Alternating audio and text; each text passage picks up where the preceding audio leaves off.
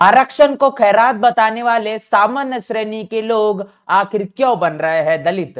बाबा साहब की प्रतिमा को लेकर चीफ जस्टिस ने जो कहा वो सोशल मीडिया पर हो रहा है जमकर वायरल। और इतना ही नहीं तो मध्य प्रदेश के उज्जैन में रविदास महाराज की मूर्ति को क्यों किया गया अपमानित, और कांग्रेस के बड़े नेता दिग्विजय सिंह आखिर क्यों कर रहे हैं जय बापू और जय भीम। तमाम खबरों को लेकर आपके बीच में हाजिर हो चुका हूं। मैं हूं पराग महेंद्र, आप देख रहे हैं नेशनल चौपाल। साथियों, उन तमाम खबरों को लेकर हाजिर होना इसलिए आवश्यक हो जाता है कि इस देश का तमाम मनुवादी जातिवादी मीडिया ये कहता है कि हम आपकी सही खबरों को आपके बीच रखते हैं, लेकिन सच्चाई तो यह है कि जिन खबरों को बहुजन समाज तक पहुंचना सबसे ज्यादा जरूरी आवश्यक है उन खबरों को आपसे बिल्कुल भी साझा नहीं किया जाता।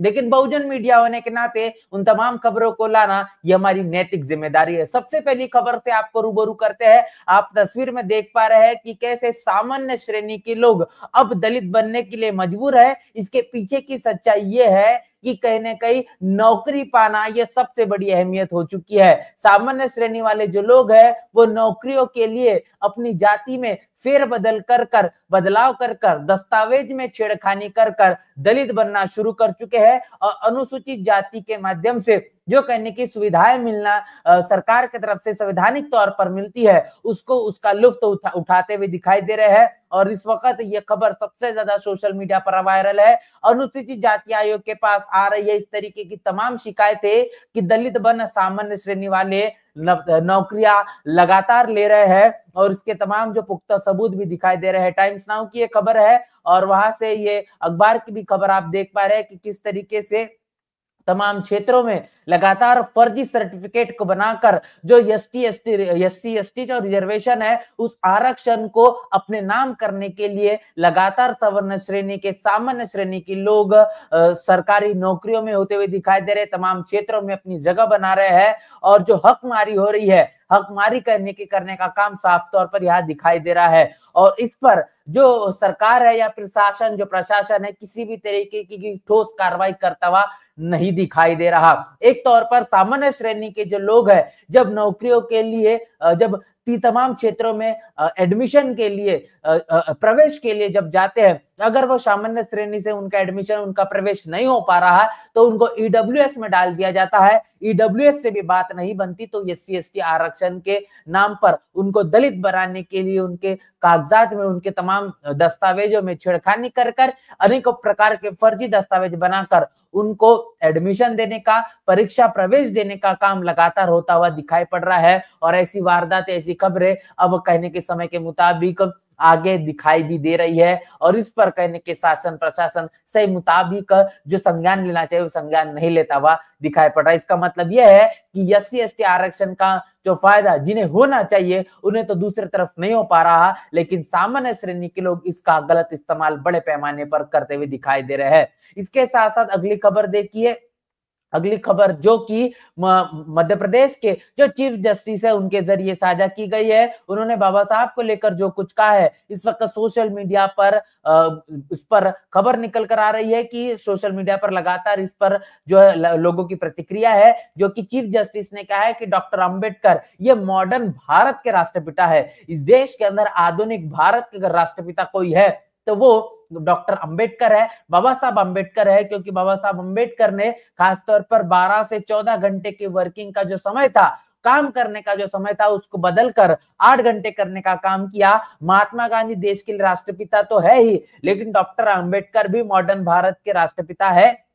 और ये बात न्यायाधीश सुरेश कुमार कैत इनके जरिए अशोक नगर में जो कार्यक्रम था, जो बाबा साहब की प्रतिमा का अनावरण का जो कार्यक्रम था, इस कार्यक्रम के दौरान उन्होंने अपने संभाषण में ये बात कही है और लगातार सोशल मीडिया पर इसकी प्रतिक्रिया दी है। बाबा साहब ने भारत के संविधान में जो कुछ लिख कर रखा है और जिस तरीके से देश के दलितों, आदिवासियों, पिछड़ों के लिए, इस देश की 90% आबादी के लिए जो अधिकार लिखे हैं उस अधिकारों के मुताबिक भारतीय संविधान के अनुसार देश को चलाना अगर शुरू कर दिया जाए तो निश्चित रूप से पूरे भारत और पूरे दुनिया में भारत का जो नाम है वो कहने के स्वर्ण अक्षरों में लिखा जाएगा। क्योंकि दुनिया में बाबा साहब के इस लिखे भारत के संविधान के नाम पर ही लगातार देश को जाना जाता है और उसके तमाम खबरें, तमाम तरीके के बयान भी हमको आसानी से देखने को मिलते हैं। दूसरी तरफ ये खबर देखिए कि जहां पर उज्जैन में संत रविदास महाराज, इनकी तस्वीर को, इनकी मूर्ति को किस तरीके से अपमानित किया जाता है, क्षतिग्रस्त करने का काम होता है। लाखों समाज जन, फिर भी प्रशासन ने तोड़ दिया संत रविदास का मंदिर और समाज जन आक्रोशित, कहा जल्द करेंगे आंदोलन।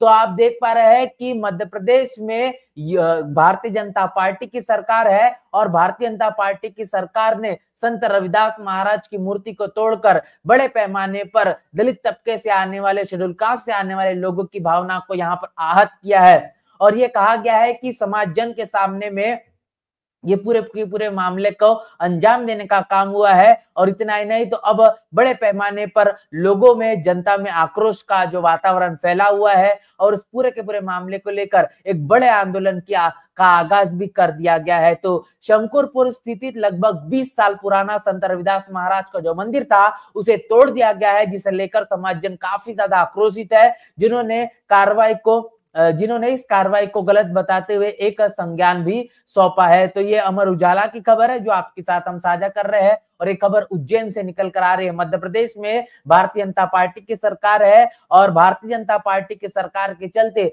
दलितों, आदिवासियों, पिछड़ों के तमाम महापुरुषों का अपमान लगातार अपने चरम सीमा पर है। जिस तरीके से ओबीसी तबके से आने वाले मुख्यमंत्री को बनाने का काम भले ही भारतीय जनता पार्टी ने किया है, लेकिन असल मायने में उस मुख्यमंत्री या फिर भारतीय जनता पार्टी की सरकार का जो रवैया है, मनुवादी मानसिकता का हमेशा से ही देखने को मिलता है, जो कि तमाम बहुजन महापुरुषों को अपमानित करने का किसी भी तरीके से कोई मौका नहीं छोड़ती। और ऐसे में संत रविदास महाराज की मूर्ति के साथ की गई छेड़खानी और प्रशासन के जरिए इस तरीके से संत रविदास महाराज की तोड़ी गई मूर्ति ये बताती है कि बहुजन महापुरुषों को लेकर भारतीय जनता पार्टी और शासन प्रशासन में कितना ज्यादा गुस्सा, घृणा है, कितनी नफरत है। और यहाँ पर ये संत रविदास महाराज का अपमान नहीं तो पूरे के पूरे बहुजन समाज का अपमान है, क्योंकि संत रविदास महाराज के कहे गए कथन जो कि पूरे देश के लिए, सर्व समाज के लिए काफी ज्यादा हितकारी है, कल्याणकारी है। क्योंकि महापुरुषों का जो आंदोलन होता है वो बिल्कुल भी किसी एक जाति समुदाय के लिए नहीं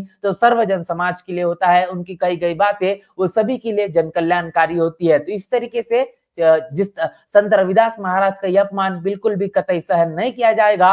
और जनमानस का यह कहना है कि आने वाले समय में इस पूरे के पूरे मामले को लेकर एक बड़ा आंदोलन भी किया जाएगा। और अगली खबर देखिए, जो खबर कहने का ये बताती है कि कांग्रेस का रवैया अब कैसे जय भीम और जय बापू को लेकर आकर जय संविधान के नारे लगाना मजबूरी उनकी बन चुकी है। इसके पीछे की वास्तविकता क्या है, सबसे पहले वीडियो देखिए, क्या कुछ कहा जा रहा है, उसके बाद इस मामले पर आगे हम चर्चा करेंगे। जय बापू, ये जय भीम है और ये जय संविधान है जो मेरे दिल में बसा हुआ। धन्यवाद। तो आप जिनको सुन रहे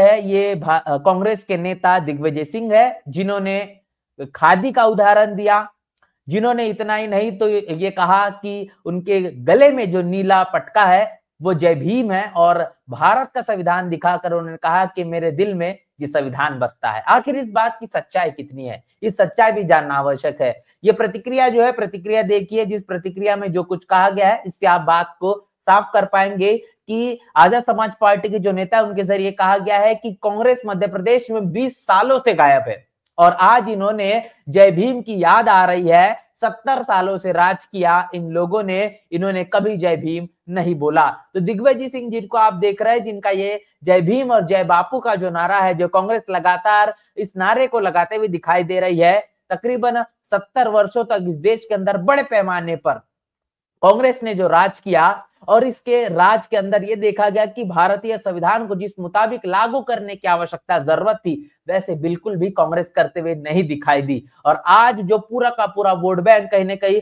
दलित तबके का अपने पास लाने के लिए, आकर्षित करने के लिए जय भीम और जय बापू के नारे लगाना कांग्रेस के लिए एक बड़ी मजबूरी बन चुकी है, जो कि ये कहते हुए दिखाई दे रहे हैं कि हम भारत का संविधान बचाएंगे। और इसके लिए लगातार वोटों को मांगने का भी काम किया गया। लोकसभा में ये बड़ा मुद्दा कांग्रेस ने बनाया। इसके साथ साथ आरक्षण को लागू करेंगे, जातिगत जनगणना करवाएंगे। लेकिन दूसरा एक पहलू ये भी देखने को मिलता है कि 1 अगस्त 2024 को जब SC/ST आरक्षण के वर्गीकरण का एक बड़ा फैसला आया, उसको लेकर किसी भी तरीके से विरोधाभास वाली भूमिका कांग्रेस के किसी भी बड़े नेता के जरिए, कांग्रेस के माध्यम से देखी नहीं गई। मतलब कि कांग्रेस का जो रवैया है यहाँ पर दोहरा चरित्र वाला है, जिनको सिर्फ और सिर्फ दलित, आदिवासियों, पिछड़ों के वोटों से मतलब है, उनके अधिकारों से लेना देना नहीं। अगर ऐसा होता तो निश्चित रूप से तमाम तबकों के मुद्दों को लेकर, दलित, आदिवासी, पिछड़ों के अधिकारों को लेकर कांग्रेस ने अपनी आवाज संसद के अंदर और संसद के बाहर दोनों तरफ बुलंदी से रखी होती और इसी के साथ साथ इनके लिए सही मायने में एक सकारात्मक भी लड़ाई लड़ी होती। लेकिन अगर